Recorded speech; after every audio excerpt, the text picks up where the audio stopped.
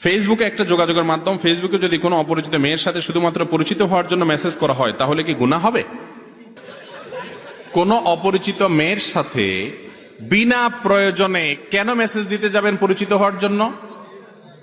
ভাইরা আমার, শয়তান প্রথম বলে যে একটু শুধু জিজ্ঞেস করো, হাই হ্যালো করো, এরপরে শুরু হয় হাই হ্যালো, এরপরে আস্তে আস্তে জিজ্ঞেস করে বাড়ি কোথায়, খায় কি, আস্তে আস্তে আস্তে শয়তান নিচের দিকে নামাইতে থাকে।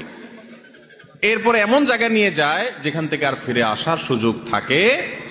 যুবক ভাইয়েরা ভালো করে শুনে রাখেন, এই যৌবন যে আল্লাহ দিয়েছেন, ওই আল্লাহর ভয়ে এই হারাম জায়গায় যৌবনকে ব্যয় করবেন না। একটু শক্ত থাকেন, দেখবেন কিয়ামতের ময়দানে যেমন সুখ পাচ্ছেন, দুনিয়াতে দাম্পত্য জীবনে প্রচন্ড সুখ পাচ্ছেন ইনশাআল্লাহ।